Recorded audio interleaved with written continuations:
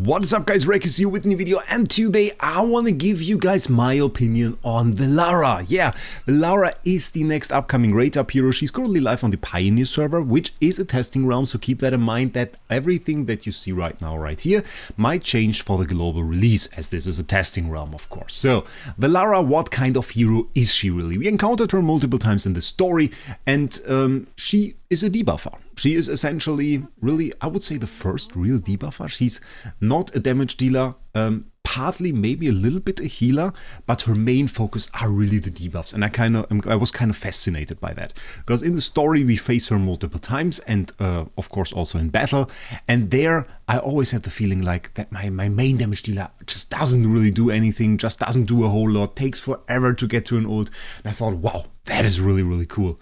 And the way she really works is she has those magic circles. We can see them right here in the trial stage. One is activated at the start, the other two require energy to be awakened. And you could just see her cast her ult. Her ult is really not anything, to be honest. For the start, it really only transfers her energy to the circle. The circle needs 1000 energy to awaken. And as soon as all 4 awakens, her next ult, I think it was, her next action, will basically strengthen the circle and put it all over the battlefield. This can take quite a lot of time. We don't have a timer like here, but I tried it out in Dream Realm without any setup, just by plugging her into a team, and it took about 45 seconds for us to reach this state. And this state is rather important. First of all, for the beginning of the fight, we can see, and I want to start that trial stage again for that, we can see that only a very limited part of the arena is actually encapsulated by those circles. You can see this guy's debuffed, those guys aren't, those guys are still not debuffed.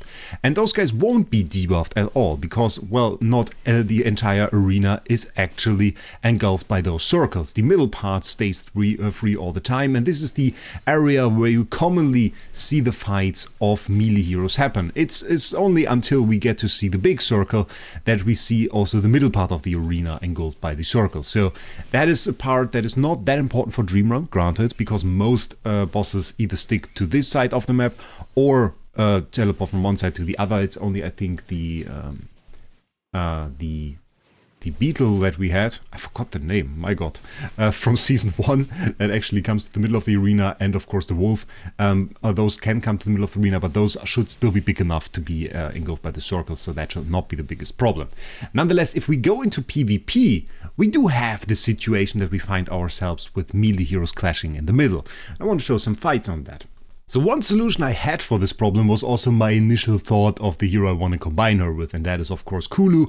Kulu makes a wall exactly in this middle ground where no circles really hit, and thus we can really use her to kind of solve a little bit of the issue of Velara, because then what we end up with is we end up with one side on the enemy side where we have 2 circles that basically engulf the entire area, and we end up with our side where we also have 2 circles that on our side where our allies stand, and our general circles where allies stand in heal them. So it's not bad at all to use the circles on our side while we debuff the enemy side by a fair bit. So I tried to build a little bit of a survival team, a little bit of a debuff team, because for the one thing, all the enemies are of course already debuffed and have haste debuffs.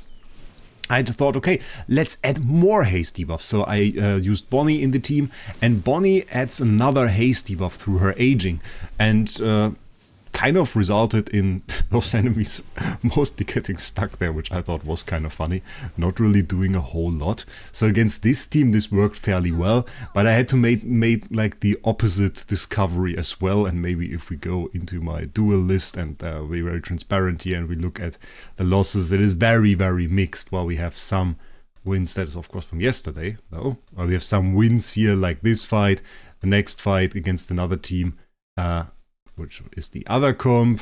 Very nice, Mr. Wraec. We have something like this, for example. This is an Athalia style comp, where we went in, tried the same strategy, and you can see how we are really demolished over here, losing HP fairly quickly, the enemy coming over to our side, leaving the circle, And we still have a haste debuff on him, but I'm pretty sure it's just from aging. So while we are able to put out a decent amount of damage, it very quickly ends with this enemy team coming to our side. And one thing that I thought, okay, would be a very interesting solution, you actually have like the choice at the beginning which circle you want to activate. So you don't necessarily have to say, okay, it is one circle, it's a random circle or something. You have one way really to choose it, and that is the positioning of Velara. And not every time this will be perfectly possible, but if we go ahead and actually open maybe a battle, we can do that. Let's go over to the friend list, and we will just go, let's just go into this. Should be Brownie actually, he didn't change his name, so I don't know. You can see when Velara stands in a circle like this, so in this middle field, this circle glows. So we move her over, this circle glows, this circle stops glowing. And this means that once she's on the middle of a circle, that circle will be activated at the start of the battle. If she's not in the middle of a circle like this, then the circle furthest away from her will be activated. So in this situation, this circle is the furthest away. If we were to swap her with Bonnie here, this circle is furthest away. And of course, you want to kind of check it out how that works. The more enemies are in that circle, the better for you probably. We made the experience though that against the Athalia comp, the better solution is really to activate our own circle. Because, well, if the entire enemy team is able to come over to our side, then it's better to actually activate your own circles.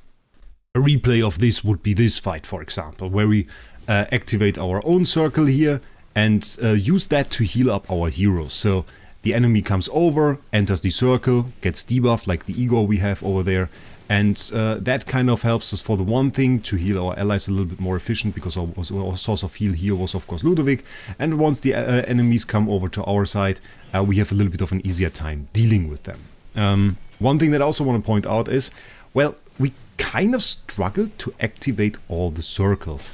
In general, getting 4 ultimate skills off with a hero is fairly uncommon in PvP. Imagine getting 4 ultimate skills off with a hero like Cryanaya, you would most certainly demolish the enemy team. It is sometimes that heroes are getting a stall situation. We saw this with the Igor teams or something. With the Igor Thalia teams, there we can see more ults, but like from the normal ults, that usually doesn't happen. So these circles kind of have to feed themselves for an extent for them to activate, and this just doesn't seem to happen in PvP for the most part, because just not all areas in the map are regularly occupied by heroes. Usually you have one side of the enemy team, one side of your own team, and if you have an enemy team that is more of like an invading nature, like the Sathalia team, they will come over to your side and then potentially leave up to 3 circles uninhabited. And when you have like 2 stationary teams, well, maybe they will be in a position that they will be on all of the circles, but even that is hard to clarify. We kind of have to also go into the abilities a bit more for Velara to understand why this is so important. So, as I said at the beginning, when the battle starts, we summon those 4 dormant magic circles on the battlefield. So they are dormant, they are not active, and we have to awaken them. And they awaken after getting 1000 energy. And when a circle awakens, it affects all units within 2 tiles. It's a little bit difficult to assess. It seems to be mostly the area that is really where the circle is really displayed. So it's not like the circle and then 2 tiles. It seems to just be the displayed area of the circle. Where we restore 40% of attack plus 8% HP to allies is a decent amount. Or we reduce enemy haste by 30, which I thought was very, very low. But at the bottom we actually see this gets upgraded throughout the levels and ends up being 50. 50 is a very, very good amount. Very, very good haste debuff actually. The ultimate skill that we saw, channeling her energy into Dormant Circle, really doesn't do much. It really is just that. It cycles her energy into a circle, so she really doesn't have an ult until all the circles are awakened, which is quite insane. If all the circles are awakened, instead expands their area to effect to uncover the entire battlefield, which seems to happen instantly. So I didn't really see her, after she awakened the last circle, get more energy and then do another ultimate skill. So it's just like, okay, now all circles are active, bam, they basically go into this full battlefield mode after a second. And then we really get the big effect, and that is transfers 30% of basic stats from all enemies and then evenly distributing them among all allied units, which is a very nice skill. Could be great for PvP as well, just stealing a ton of stats from the enemies could be cool. but really probably a little bit too much of a requirement to activate, because we can then see how we actually activate the circles and how they gain energy. We already explained the first part, that is the positioning and which circles activate at the start, and then every 3 seconds they gain energy based on the stat reduction debuffs on enemies within 2 tiles. So stat reduction debuffs, once again talking about the same stuff that we had with Indris really, and for each unique ally who inflicted any of those debuffs, the circle gains 24 energy. So you really wanna inflict debuffs on enemies. So, and those enemies then have to stand on the circle, and then every 3 seconds you gain energy for all the debuffs they have. So that is such an insanely convoluted requirement, really. We can see the energy actually goes up later on. You can buff it through skill power, so that is another thing. Maybe this makes it a little bit more viable if you can upgrade it through skill power. But generally, if you have like a lot of debuffs, then they will get energy, hopefully, unless apparently they stand on no tile, which might also happen, that they stand on no circle at all. In the fights that I witnessed, the most common thing was that it required her ult to really activate a circle. No matter how much energy they had, that she still had to come and activate it at one point. You rarely ever see a circle activate by their own, just throughout the energy they get through this ability. And at that point, I also want to point out, this is an entire ability. So this is an ability, this is gone. So this is essentially feeds energy to the circles, is not enough energy apparently, and this is gone. Let's check other heroes just very quickly. This was the second ability. So for example, here we have an upward slash. This is a C ability with like a big slam in between, which also gets buffed throughout the Sanctified Surge, dealing extra true damage and knocking enemies down. So this it could be, this is what I want to say. It could be another ability that is very, very useful. What do we have on Athalia in this slot, for example? Transforms into a lance. So the 6-fold strike that she does, with HP recovery and everything. So this recovers her HP, makes her unaffected, reduces her damage taken by 60%, and does a ton of damage to enemies. And here we have just like, yeah, it gives energy to the circles, but just not enough to activate them. So this is a very, very wasted ability in my opinion. Unless maybe when you build a complete team around, which doesn't seem worth it in my opinion right now at least. We have extra haste debuffs. So this is very, very cool actually. We have extra haste debuffs. And that kind of works out, so increases her haste, which is, by the way, is funny. When all the magic circles are awakened, her haste is increased by an extra 5 in the end, which I thought was like, okay, what does she do then, really? Because she doesn't really do a whole lot when all the circles are activated. I kind of tried that out, just like with a little bit of an replay here that we can just quickly watch. I will put it on double speed. We can see her activating the circle, activating another circle here, again through her ult, by the way. And this will be the same for the other circles over here, because there's no way she activates them otherwise. Activates this one with her ult, now has to regain the entire energy. And we can see it really takes around 45 seconds for her to really activate it. While this team is certainly not an optimal team, and I don't want to claim that. You can see now, and again, now we have the full area. Now the heroes get the stats, and sadly at the moment that they get them, and this I thought was kind of funny, yeah, Shamira died. And then, yeah, we have some buffs here that come in. We have, of course, the heals from the circle. But it really, the feeling is just from me that I don't know if generally the extra haste on her is so needed. It doesn't feel right. It doesn't feel right. It overall just doesn't feel right. And then I had the idea that I kind of wanted to add like Siren to the team that I just had before, and I thought this might be cool.